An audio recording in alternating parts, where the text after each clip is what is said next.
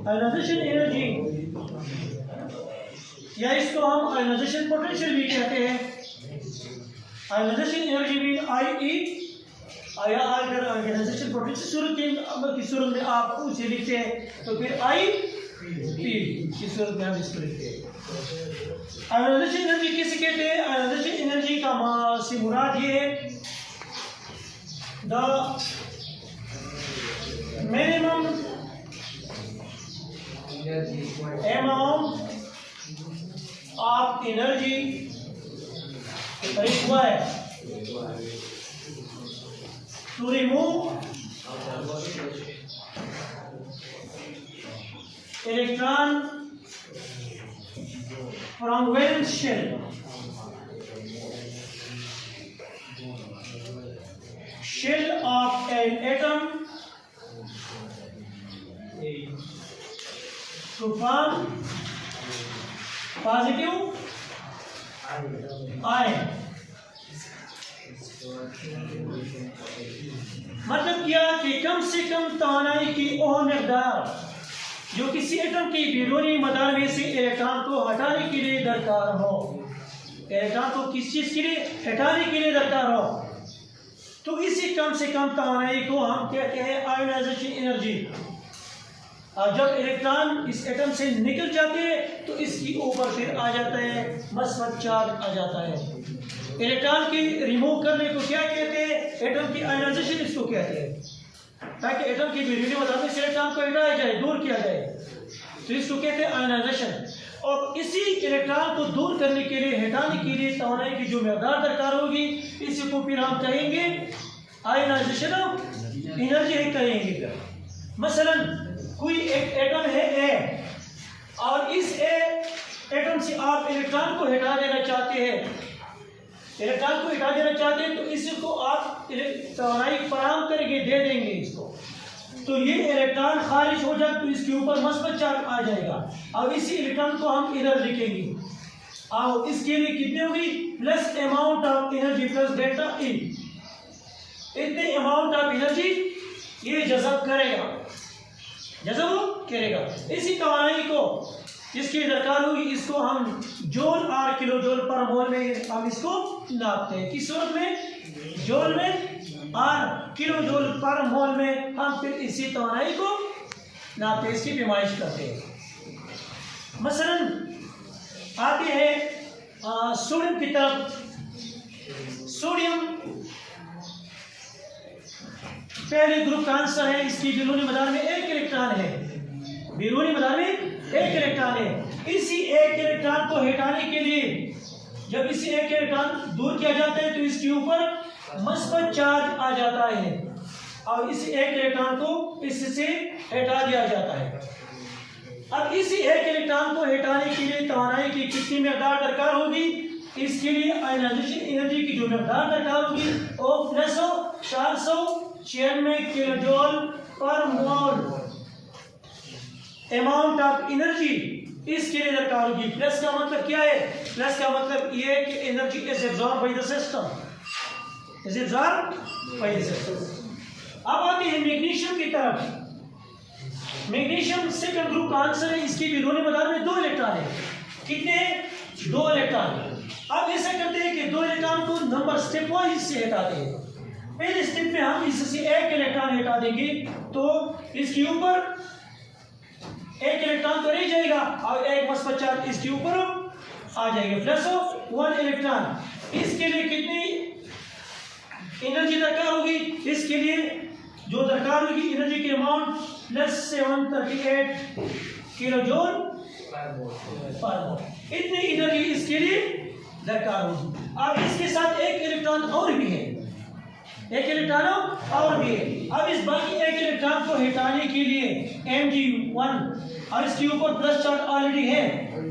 अब इसी इलेक्ट्रॉन को हटाने के लिए क्या करना पड़ेगा? जब ये दूसरे इलेक्ट्रॉन को भी दूर कर जाते से इसके लिए तवानाई की जो मकदार अब दरकार होगी कितनी? और इधर देखिए, एक इलेक्ट्रॉन इधर भी हटा दिया गया, एक इलेक्ट्रॉन इधर भी हटा दिया गया। इसके लिए तवानाई की मकदार 738 जूल रिक्वायर की। अब इसके लिए तवानाई की जो मकदार है वो है प्लस 1450 किलो जूल। तवानाई की मकदार डबल हो गई ना।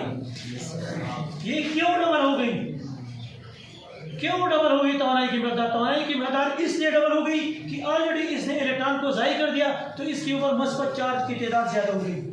प्रोटॉन ज्यादा हुए ना, प्रोटॉन ज्यादा हुए। अब प्रोटॉन ज्यादा हुए तो मजीद इलेक्ट्रॉन को हटाने के लिए इसको double amount of energy require होगी।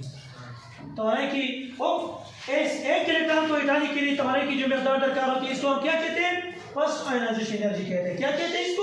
फर्स्ट आयनाइजेशन एनर्जी कहते हैं। अब इस दूसरे इलेक्ट्रॉन को हटाने के लिए तवानाई की जो मकदार दरकार होती है, इसको फिर हम कहते हैं सेकंड आयनाइजेशन एनर्जी कहते हैं।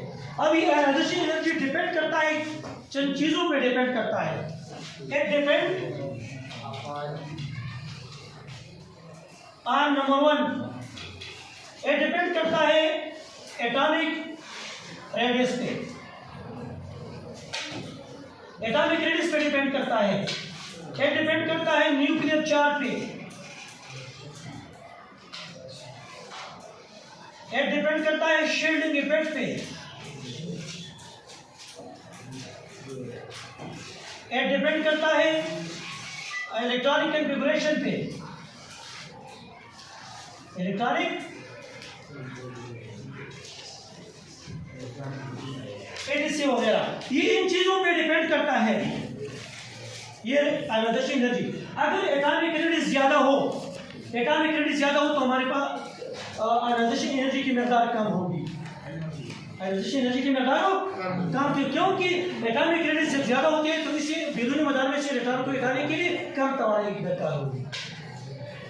न्यूक्लियर चार्ज, जब न्यूक्लियर चार्ज ज्यादा हो तो इसको मजीद एक इलेक्ट्रॉन को हटाने के लिए फिर आपको ज्यादा तवानाई देनी पड़ेगी। लिहाजा जब न्यूक्लियर चार्ज ज्यादा होगी तो आयनाइजेशन एनर्जी भी ज्यादा होगी। शील्डिंग इफेक्ट, जितना ही शील्डिंग इफेक्ट ज्यादा होगा बैरूनी मैदान में से इलेक्ट्रॉन को हटाने के लिए आपसे कम तवानाई दरकार होगी। तो शील्डिंग इफेक्ट जितनी ज्यादा होगी आयनाइजेशन एनर्जी कम होगी। इलेक्ट्रॉनिक कॉन्फ़िगरेशन में एक है कंप्लीटली पैड। जब बैरूनी मैदान मुकम्मल हो तो इसको में से इलेक्ट्रॉन को हटाने के लिए ज्यादा तवानाई की जरूरत होती है। और दूसरी है हाफ पैड। जब बैरूनी मैदान आधा हाफ पैड हो तो इसमें से इलेक्ट्रॉन को हटाने के लिए भी ज्यादा एनर्जी दरकार होगी। दूसरी सूरतों में कम एनर्जी दरकार होगी। तो ये इन 4 चीजों पे भी डिपेंड करता है। इसके अलावा अगर हम आयनाइजेशन एनर्जी को पीरियडिक टेबल पे ले जाते हैं, क्योंकि ये तो दौरे खवास है, दौरे खवास की जोरे में आते हैं, इसका हवाला हम फिर पीरियडिक टेबल से भी दे रहे हैं। ठीक है। एंड पीरियडिक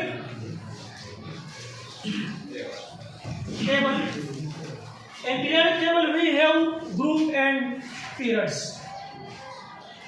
पीरियड टेबल में हमारे पास 2 चीजें हैं, एक है ग्रुप और दूसरा है पीरियड। 1 नंबर पे एंड पीरियड में क्या होता है?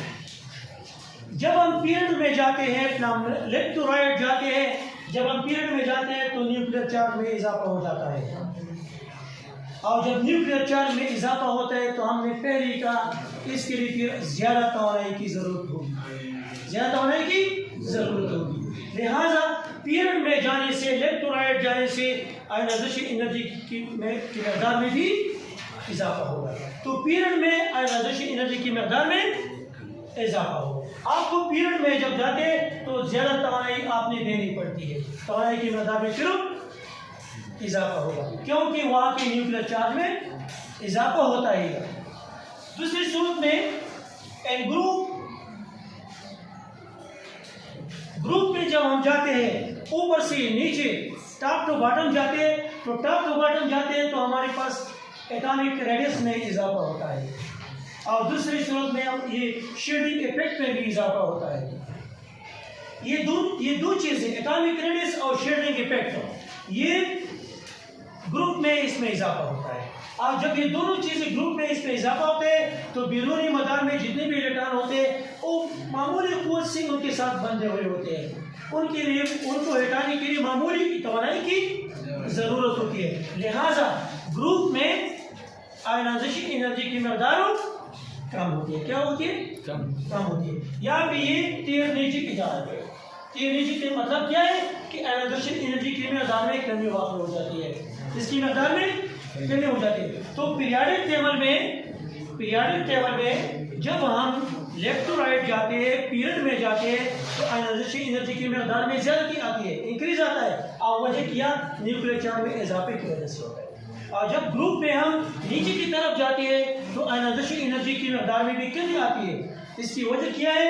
एटॉमिक रेडियस में कमी होती है, एटॉमिक रेडियस में इजाफा होता है। ग्रुप में एटॉमिक रेडियस में इजाफा होता है और दूसरी शील्डिंग इफेक्ट में भी, शील्डिंग इफेक्ट का मतलब कि नई शील्ड में इजाफा हो जाता है, एटम का साइज बढ़ जाता है। जब एटम का साइज बढ़ जाता है तो बैरूनी मैदान में से इलेक्ट्रॉन को हटाने के लिए फिर कम से कम तवानाई देनी होती है। लिहाजा ग्रुप में भी आयनाइजेशन एनर्जी की मकदार में कमी वाक़ हो जाती है।